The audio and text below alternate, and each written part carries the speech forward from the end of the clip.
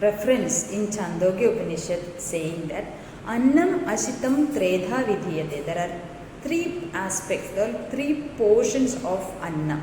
So, Yah Sthulaha Tat Purisham, the major gross part of Anna or the food becomes the Purisha. Purisha means the stools or the excreta. The major or the gross part what we can see out there. So, the gross part of the Anna or the food becomes Purisha. Yo Madhyaha Tan Mamsa. That is the middle part of the food, which is not gross nor the essence. So, the middle part of the food becomes mamsa. That is our gross body. Like whatever we can see as you. The gross body is being formed by the madhya part or the middle part of that food. Okay. And the last, the essence. Okay. Yo anishtaha tan manaha. That means the real essence of each food, which is not gross, which we can't see. Okay. You can call it as proteins, you can call it as carbohydrates, you can call it as minerals, you can call it as vitamins, whatever. The essence of that particular food makes the mind. Okay. So, it can be a positive food, it can be a negative food, whatever the last and the essence of that food makes the mind. So, you have to understand that when we eat a food, the gross part, whether it is looking very good, whether it is red in color, orange in color, it's all the gross part of that food. That gross part of the food just moves out of your body as excreta or the stools. The middle part, which is neither the gross nor the essence, that is called the madhya part of the food, is becoming the mamsa, that is your physical body. Okay, your looks, your face, your hair, your skin, your muscle structures, all these is being formed by the madhya part of that. And the real essence, whatever is the real virya or vipaka of that particular food becomes your mind. So that is a very wonderful explanation in Chandogya Upanishad. So we need to select the food in such a way that it will add up to our mind. It will add up to the positivity of our mind, or it will add up the creativity in us. So it's all depending upon the creativity, our intellect, our capacity to excel in a particular area. All depends upon our mind and our brain, and that is being got from the essence of all the food. So by this particular 2 lines or 3 lines in that Chandogya Upanishad, we should understand that what we are now as physically and what we are now as how we have put out our ability is all depending upon the food we eat. We are what we eat. Okay, it's a very, very big topic to understand that whatever we are, what we think, what we speak, what we understand, what we create, what we act is all what we eat. It's a very big point.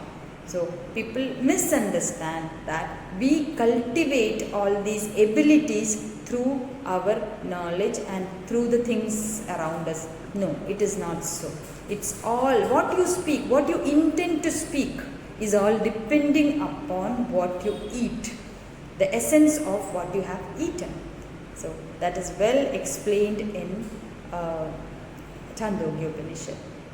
So I have already said yoga expects a person to have mitahara. So what is this mitahara? So without mitahara, yoga doesn't happen. That is what the shloka in Gheranda Samhita says. Mitaharam vinayastu kinchit yogona siddhyati. That's what yoga text says. So what is this mitahara? What is the quality of a mitahara? So mita ahara. So what is this mita? Ahara we have understood. So what is this mita? This small word mita has a lot big meaning. It is just not the quality of the food which is being described. It says about the time, it says about the quantity, it says about the quality of the mind when you take the food. So it's very wonderfully, very specifically says all about the things when you have whatever you should have when you have a food. So the shloka goes like this: Susnigdham maduraharam chaturthamsa vivarjitam bhujyate shivasamprithye mitahara sujyate. So this is how it goes. So what is all this? So susnigdham, as I have said, the food you have should be susnigdham, that is, it should be unctuous. So what do you mean by unctuous? Unctuous means the food should contain the oily nature. That means there should be inbuilt oil content in the food. Otherwise that food is very dry, and the dry food is not acceptable or assimilated by the body. So if there is an oil content in that particular food, it is well moving from the mouth till the rectal area.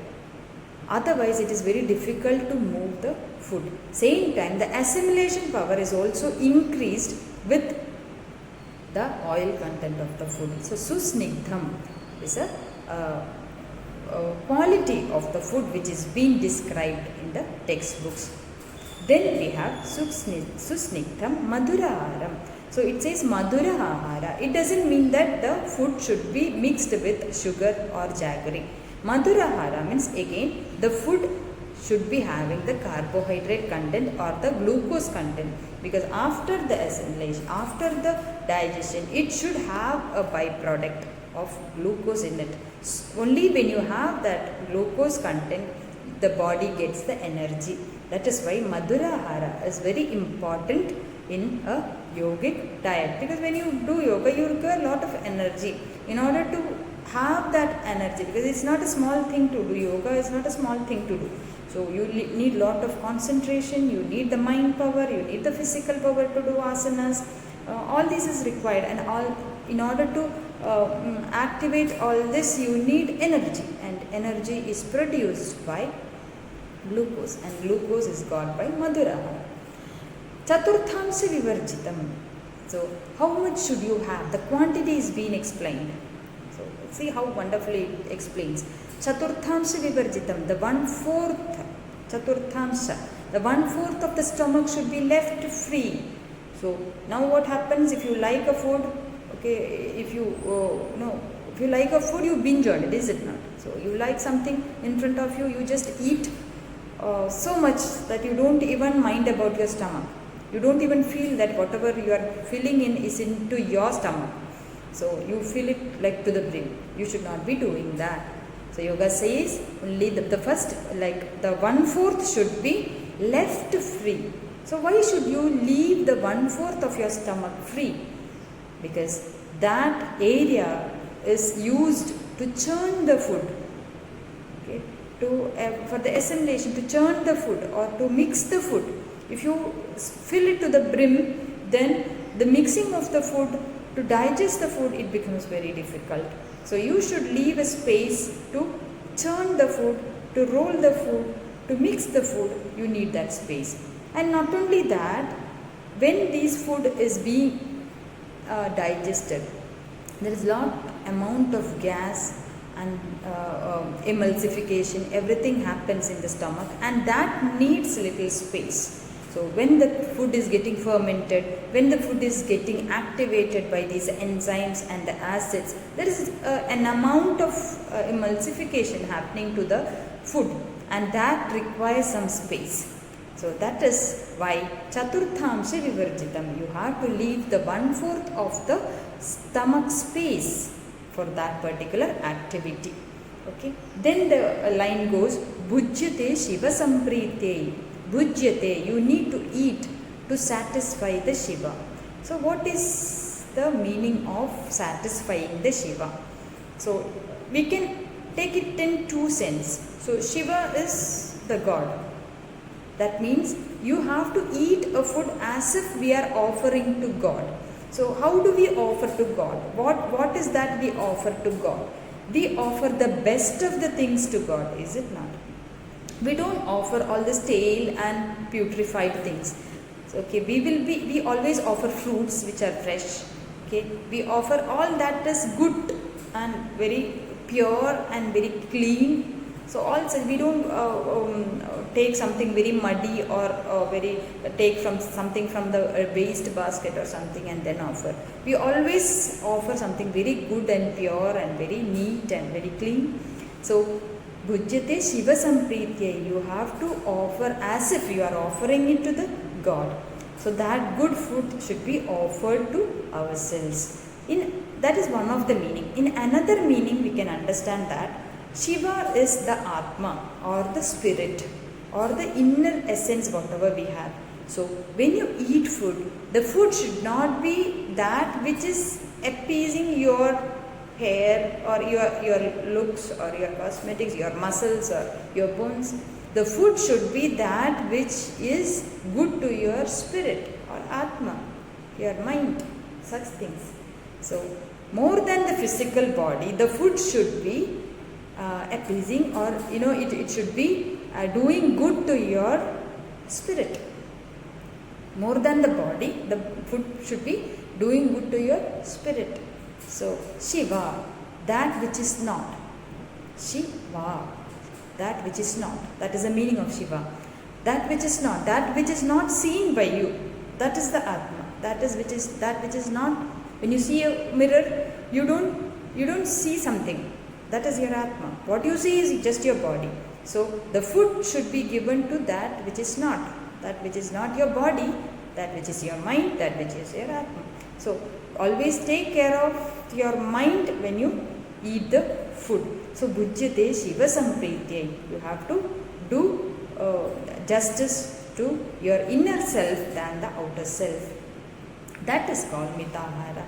That means the quality of the food should be that which is pleasing to your mind and the spirit, and that which is snigdha, that is unctuous or oily, that which is madhura, that is which is having the glucose content and that which can provide the energy for you, and the quantity of it. We always have the doubt, how much should we have the food?